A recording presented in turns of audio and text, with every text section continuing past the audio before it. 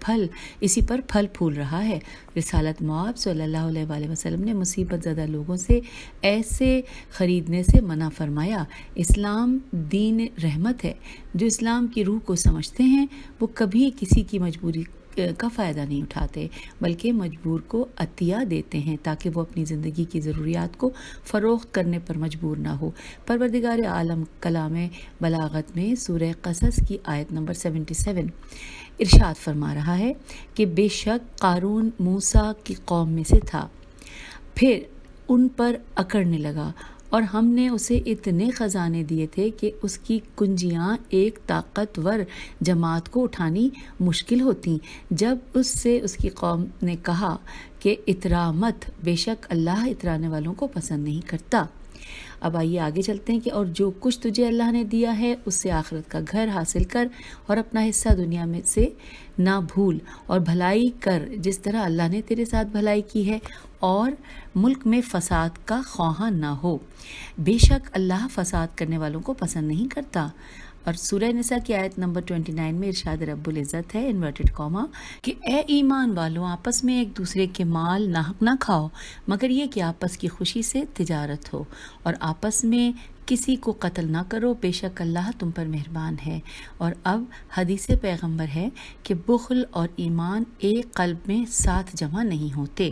یہاں پر یہ حدیث مکمل ہوئی۔ پھر ہے کہ جو زبان قرآن ہے وہی بیان امام ہے، یقیناً جو زبان قرآن ہے وہی بیان امام ہے۔ مقصد ہر دور کے بشر کی ہدایت اور قانون خدا کی وضاحت ہے۔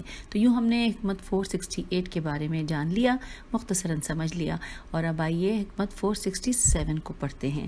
لکھا ہے کہ ایک کلام کے ضمن میں آپ علیہ السلام نے فرمایا کہ لوگوں کے امور کا ایک حاکم و فرمانروا ذمہ دار ہوا جو سیدھے راستے پر چلا اور دوسروں کو اس راہ پر لگایا یہاں تک کہ دین نے اپنا سینہ ٹیک دیا۔ اور اب آئیے کہ اس حکمت 467 کے بارے میں مختصراً اور آسان الفاظ میں تھوڑا بہت جانتے ہیں۔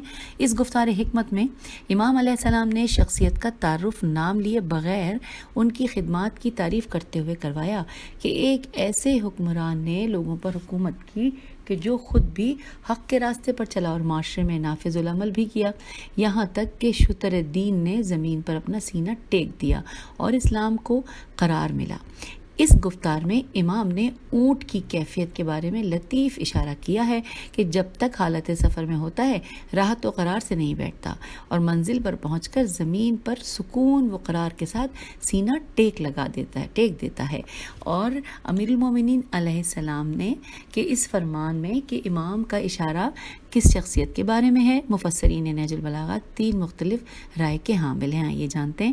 سب سے پہلے آپ کا اشارہ پیغمبر اکرم صلی اللہ علیہ وآلہ وسلم ہے کہ آپ صلی اللہ علیہ وآلہ وسلم نے الہی مذہب کو قائم فرمایا اور لوگوں پر اس انداز میں حکومت کی اور انہیں راہ خدا دکھائی کہ اسلام سرزمین عرب پر پھیل گیا۔ اب آگے لکھا ہے کہ معروف مصری دانشمند محمد عبدہ جنہوں نے شرح نہج البلاغہ لکھی، ان کا اور مرحوم مغنیہ نے شرح شہر البلاغہ میں اس بات کی تائید کی ہے کہ امام کی مراد ختم المرتبت رسول خدا صلی اللہ علیہ وآلہ وسلم کی ذات گرامی سے ہے کہ آپ نے اسلام کو قائم کیا اور خدا بند عالم نے پیغمبر اسلام کی برکت سے دین اسلام کو دیگر ادیان پر برتری عطا فرمائی۔ ایک اور رائے مفسرین میں یہ پائی جاتی ہے کہ مولا علی علیہ السلام کی شخصیت کی جانب اشارہ کیا ہے، وہ خلیفہ دوم عمر خطاب کی شخصیت ہے، کیونکہ ان کی دور حکومت میں مسلمانوں کی فتوحات کا سلسلہ تیزی سے بڑھا اور کئی ممالک پر قابض ہوئے۔ ابن ابی الحدید معتزلی اس نظریے کا حامی ہے، لیکن اس نظریے کو قبول نہیں کیا جا سکتا۔ ایک ایسے شخص کے بارے میں یہ جملہ ممکن نہیں جیسے رسول اکرم صلی اللہ علیہ وآلہ وسلم کے بعد ایسے لوگوں نے خود منتخب کیا ہو جن کی اپنی رائے مستحکم اور شفاف نہیں تھی، اور اس شخص نے ایک اور فرد کو اپنی رائے کے مطابق منصب منصب حکمرانی کے لیے چنا اور اپنی حکومت کو توسیع دینے کے لیے فتوحات کے سلسلے میں عدم اعتدال اور تشدد کو روا رکھا گیا۔ جو خود اپنی ذات کو صحیح راستے پر نہ رکھے وہ دوسروں کو کیسے رکھ سکتا ہے؟ اور آئیے اب تیسرا نظریہ دیکھتے ہیں۔ تیسرا نظریہ یہ ہے کہ خلیفہ اول و دوم پر کئی امور مولا علی علیہ السلام نے تنقید فرمائی، ان کے کئی امور پر تنقید فرمائی، اس لیے اس قول میں اشارہ تیسری خلافت کی جانب ہے۔ لیکن تیسرے خلیفہ کے بارے میں تاریخ سے معلوم ہوتا ہے کہ وہ اپنی غلطیوں کی وجہ سے عوام میں اپنی ساکھ کھو چکے تھے۔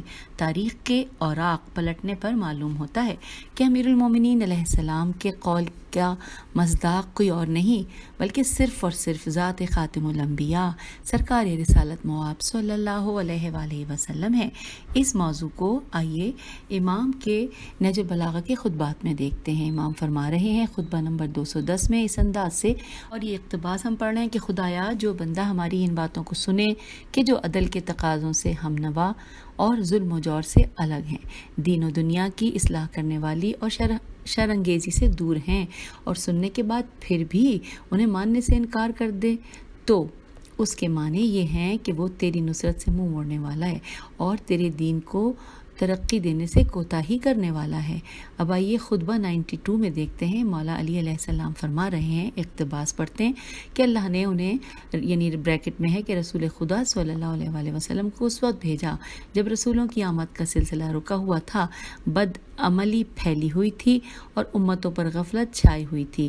اللہ تم پر رحم کرے، روشن نشانیوں پر رحم کر جم کر عمل کرو، راستہ بالکل سیدھا ہے، وہ تمہیں سلامتیوں کے گھر کی جانب بلا رہے ہیں۔ اللہم صلی علی محمد وآل محمد وعجل فرجہم اجمعین۔ اور اب اجازت چاہتے ہیں، خدا حافظ، فی امان اللہ۔